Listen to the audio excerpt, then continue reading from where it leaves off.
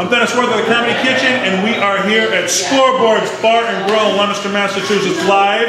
I am here with my friend, guest comedian Sarah Martin. Sarah, hey. Welcome to the show. How you doing? All right. Long drive in? Yeah, pretty long drive. That's comedy for you, right? You drive, all right, you know? Always. So we're going to be reviewing pizzas. We're looking for the best pizza in Leominster. What's your favorite pizza?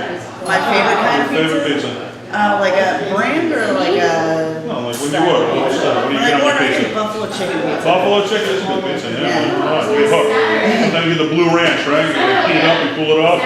You know the best thing about being on the road with the Comedy Kitchen as opposed to in the studio, Sarah? In the studio, you can't have alcoholic beverages, but out here on the road, you can have some cerveza. Cheers. Cheers. Yes. All right. So we got our cerveza, and originally we were going to start out with C&M Pizza because C&M was the first pizza shop in the town of Leominster, but we went over there and they were getting crushed and they told us over an hour for delivery, so we got Bobo Banana reviews, so far for today C&M, okay, we're going down with that. We went with Papa John's, and this is the newest one on their menu, Papa John's Bacon Cheddar Cheeseburger Pizza, so we're going to be eating that. But before we do that, in your own words, who is Sarah Martin to the world of comedy?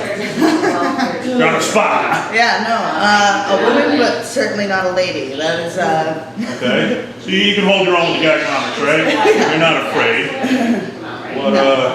What made you want to get started with comedy?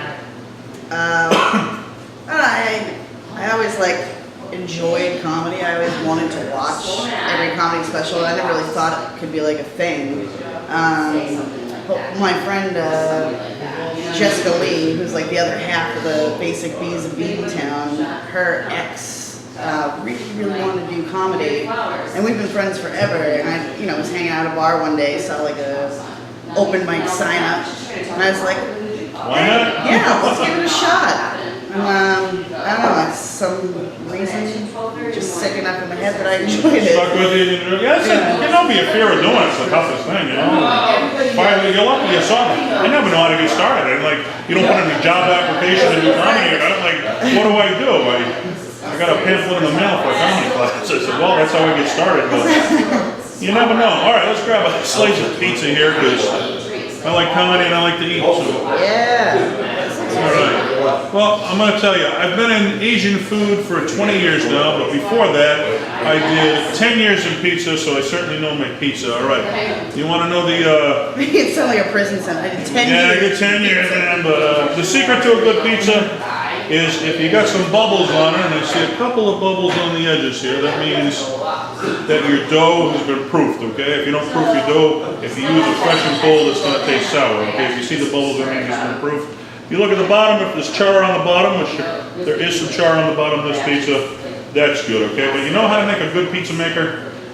A good pizza maker will have an even crust, okay? A bad pizza maker, your center of the pizza is going to have a thin, tiny crust, and the outside is going to be real thick. That's a bad pizza. If you get steady crust. So, if you fold your crust like this and hold it up, see how that fell off? That's not good. That means you got a weak center. If that was holding up steady and holding the top is on. So we got an average pizza maker over there. That Papa John's pizza, but yeah, let's give it a come on. We got pickles on here. That's different. This is how you professionally eat pizza. Fold.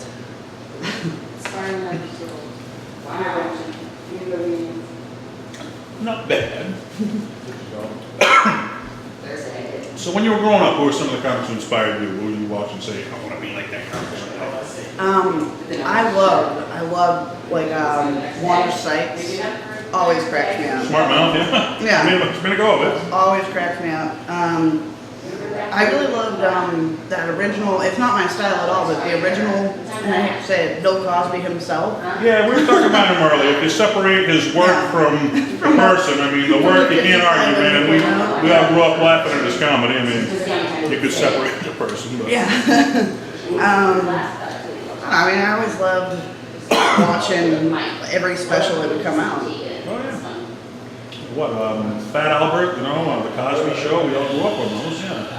Can't argue the guy's comedy, but looking back on all the stand-up you did, what's one of your favorite memories from comedy you've done so far? Look back and say that was special. There's some that are like, that was special. There's some that was special. There's some not so special, right? But what's one of your fondest memories of comedy so far? My fondest memory of comedy so far.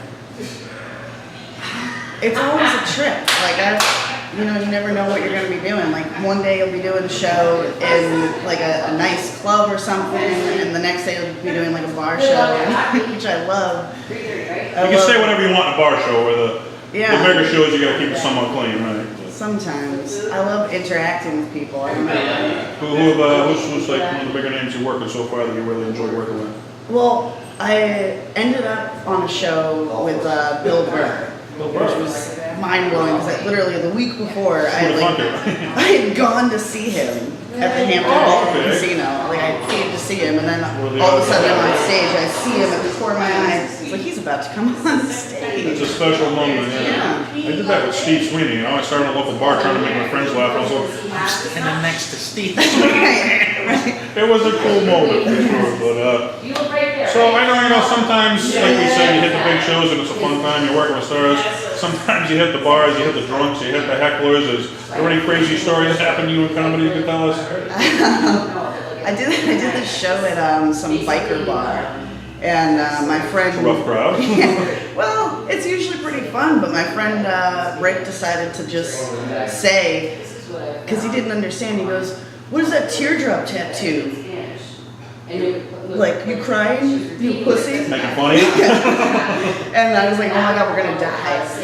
But they were like laughing their asses off, so I was like, "Okay, cool." Did you have a response for him? You put him in his place, or? Oh yeah, no, I just didn't want to die, but at the end of it, just make it out alive. I've had those shows, sure. At the end of it, they were like giving us food, and I was like, "Did we just get initiated?" Yeah, you do. You see the people, and you judge, the place and how they look, and sometimes it turns into the best people you meet in comedy, Yeah. They're like, "Oh, we have 8 tattoos." So I know you're on the New England comedy scene. I mean, if people wanted to go out and catch a Sarah Martin show, where are some of the places that you play? What are your hot spots? Dick Doherty's. I do a lot of Dick Doherty's. Worcester, Boston, and then Nick's, CBS scene. Alright, so Boston comedy scene you're on. And I actually see it on your Facebook, because we're friends on Facebook. I saw you've been checking out the New York comedy scene lately. What's been going on way down there? Yeah, I've been doing a little bit of traveling to New York and just trying to, get work wherever I can. Yeah, it's a whole different scene down there in New York too. After you get down there, it's like, all right, I've hit the big time. It's a special place down there. But, you make your bones here in Boston, right? Oh yeah. All right, Sarah, we got a section of the show called Funny Food Questions. Ready for a funny food question? Ready. Let's do it. Oh my God. All right, we're reviewing pizza. So, Sarah, if you had to open up your own pizza shop, what's the best name for your pizza shop you can think of? Best name for a pizza shop. Honestly, I'm like grateful. I kept going out. What?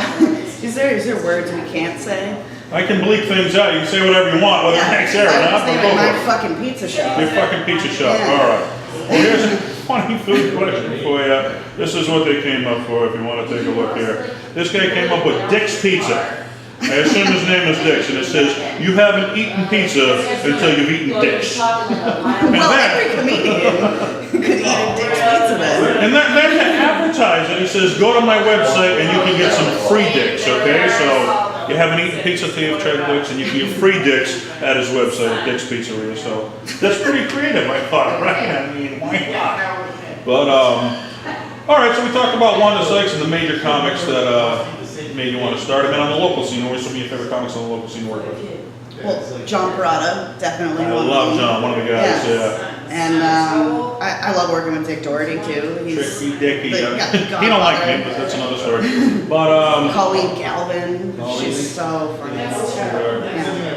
I love John, because some of these people in this business, they get so high and they look down on you. And I love John, he just stayed one of the guys. And that's, I love to work with people like that. You don't lose your mind in this business, so it's a good thing.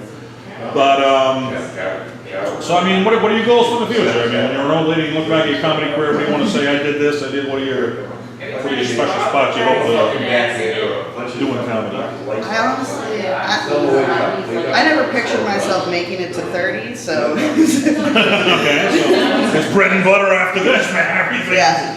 Good.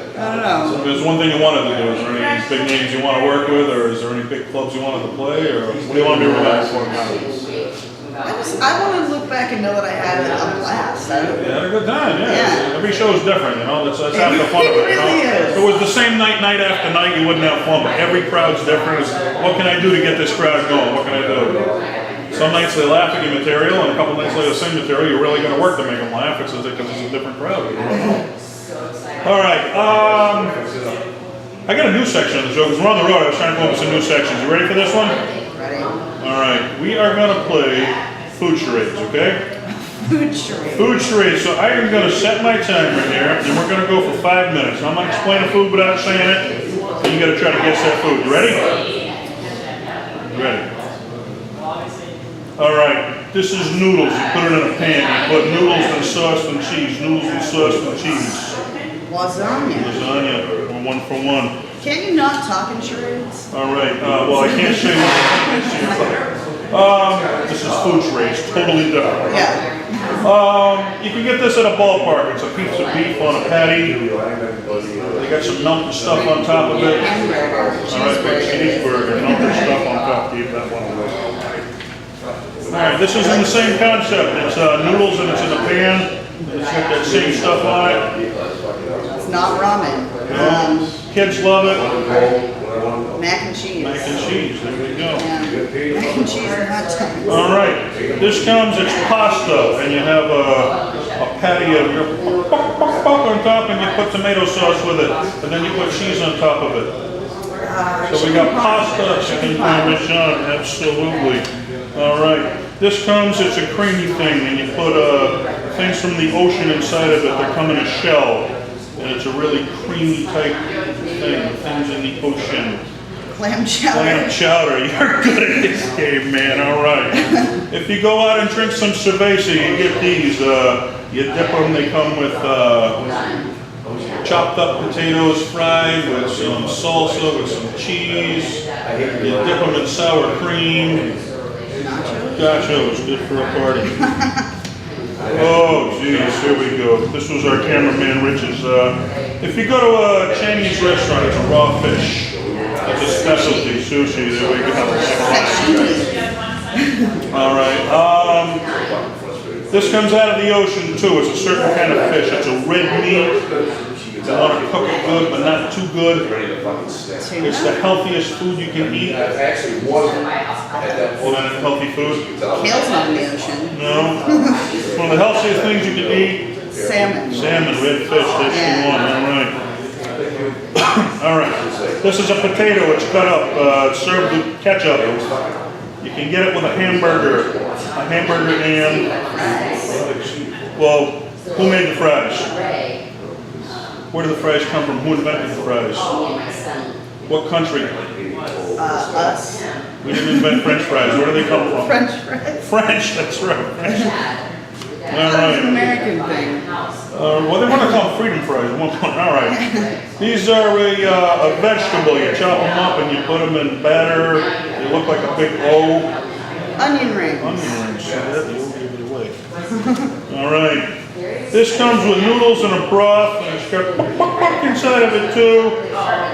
Some chicken noodle soup. Chicken noodle soup. Look at you flying at this. All right. If you had a birthday party, what would you bring? Probably nothing. What would you bring to eat at a birthday party? Cake. Okay, now a smaller version of that. You put it in one of these, what would it be? A cupcake. A cupcake. Yeah. She's A tabletop pie. all right. They named puppies after this food. It's served in a bun. It's long. It looks like a Chinese male genitalia type of hot thing. dogs. Hot dog. That's it. We're out, man. We cleared the Record board. time. Food charades. Record time. All right. What was the time on that? All right. Let's see. 3 minutes and 27 seconds. So we cleared the board. That's the record to beat. 3 minutes and 27 seconds. Sarah Martin and Dennis Wirth. Okay. This is great stuff. All right. So, going on in comedy, I mean, would opening your own room interest you or something, or are you just happy driving around the country? I give the most credit to people who can run rooms. It's not book easy. shows. No, Such a pain in the ass. That is not my. it's not your thing. You'd rather just show up and Yeah. Do the party, yeah. Yeah. All right, so, I mean, has there been other television shows you've been on? Because I mean, I was checking out your Facebook, or what have you been on so far?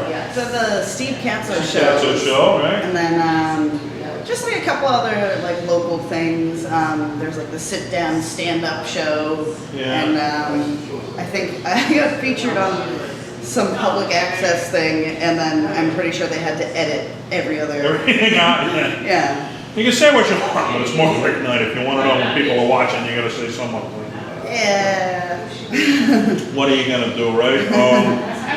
All right. That's why I get fired. You don't want to get fired. All right, Sarah, we have a mascot here on the Comedy Kitchen. His name's Bobo Banana. Ever heard of Bobo?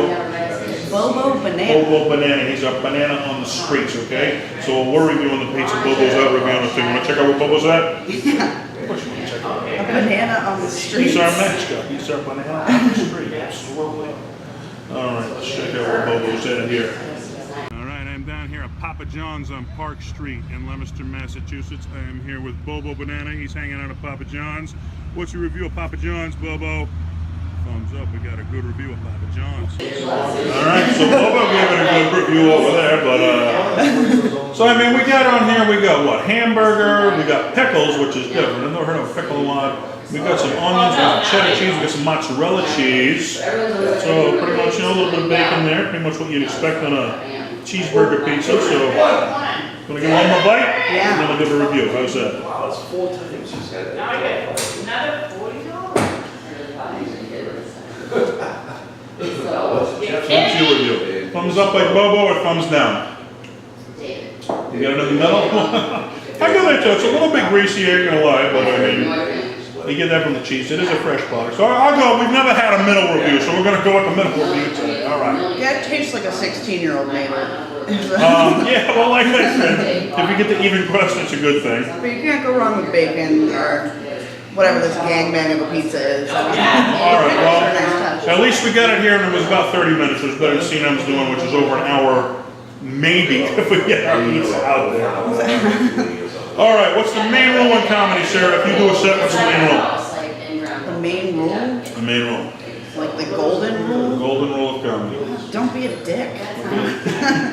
All right, it's always leave them laughing. So we're getting toward the end of the show, and I asked you to come in with your best street joke you ever heard. So let's leave them laughing. What's the best street joke you ever heard? The best street joke I ever heard is my favorite one from like when I was a kid.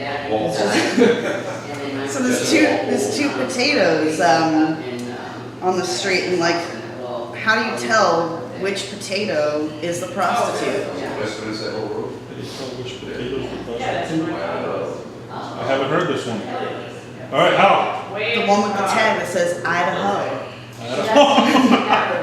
All right, now you can tell that at work on Monday and claim it's your own. All right, well, thank you for being on the Comedy Kitchen, Sarah. Did you enjoy Thank you so much yourself? for having me. Yeah. All right, man, so catch her. She's going to be up in the Boston comedy scene, New York comedy scene, and now you're on the Comedy Kitchen reviewing some pizza. So we might go to Papa John's again, and we might not. We don't know, all right? Till next time, folks, eat one waffle. Good night.